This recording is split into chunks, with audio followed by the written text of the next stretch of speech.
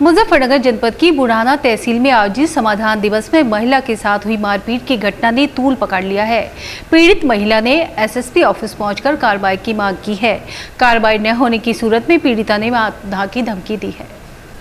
मामला बुढ़ाना की श्रीमती रीता चौधरी का है, जहां वह तहसील में चल रहे समाधान दिवस में अपनी फरियाद लेकर अधिकारियों के समक्ष पहुंची थी।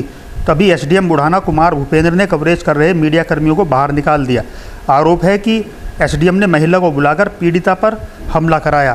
पीड़ित महिला ने एसएसपी ऑफिस पहुंचकर एसपी देहात से इंसाफ की गुहार लगाई है।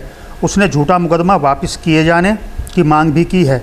झूठा मुकदमा वापस न लेने की सूरत में उसने आत्मदाह की धमकी भी दी है।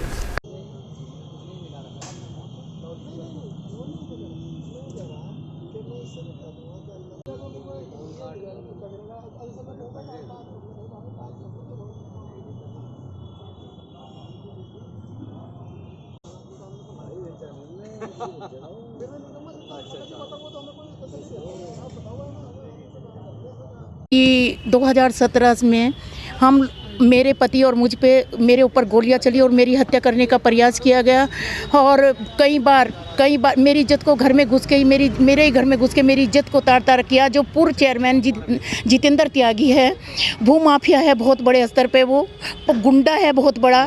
और मतलब उसने उसके पालतू गुंडों ने और जितेंद्र चेयरमैन ने, उसके पालतू गुंडों ने, उसका भाई टीटू छोटा, सभी लोगों ने आके मेरे घर में घुस के अटैक किया था और हत्या करने का प्रयास किया था। कई बार हमले हुए, जिसकी वजह से मैं और मेरा पति अपना घर छोड़ पलायन कर उत्तराखंड के एक आश्रम में बदहाली की ज़िंदगी जी रहे हैं और दर दर की ठोकरें खा रहे हैं। मेरे पति 67 ईयर्स है, एक रिटायर्ड अध्यापक है।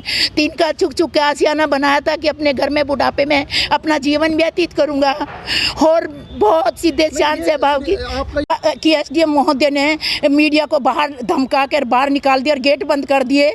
और गेट बंद करके एक महिला को बुलाया गया एसडीएम के द्वारा और मेरे ऊपर जानलेवा हमला किया गया। मेरी रीढ़ की हड्डी में चोट आई हुई है और मुझे बुरी तरह से मारा गया। सब तहसील दिवस के समस्त अधिकारियों के सामने वो मुकदमा दर्ज हुआ, ना मेरा मेडिकल कराया और वो मेरे ऊपर क्रॉस केस कर दिया। जब सब अधिकारियों की मौजूदगी में मेरे ऊपर घटना घटित हो रही है, सिक्योरिटी गार्ड मेरे साथ है और मेरे ऊपर ही घटना घटित हो रही है, सब अधिकारियों को पता है। ये बताइए, सब अधिकारियों की मौजूदगी में इतनी बड़ी घटना घटित हुई है, मेरे घर में ये वो व्यक्ति मुझे रहने देंगे?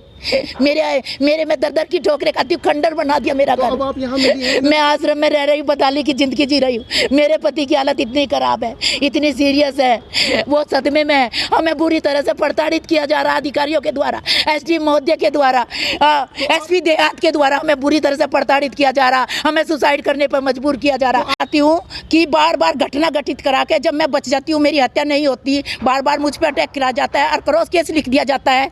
और मैं ये चाह रही हूँ कि इस तरह की कुछ तो हमें गुंडे प्रताड़ित करते हैं, घर से बेघर कर दिया, और कुछ प्रशासन हमें बार बार क्रॉस केस कर देता है हमारे पे घटना घटित करा के। तो हम कहाँ जाए? मरना पड़ेगा, इससे ज़्यादा तो कोई नहीं है, कुछ नहीं है हमारे पास।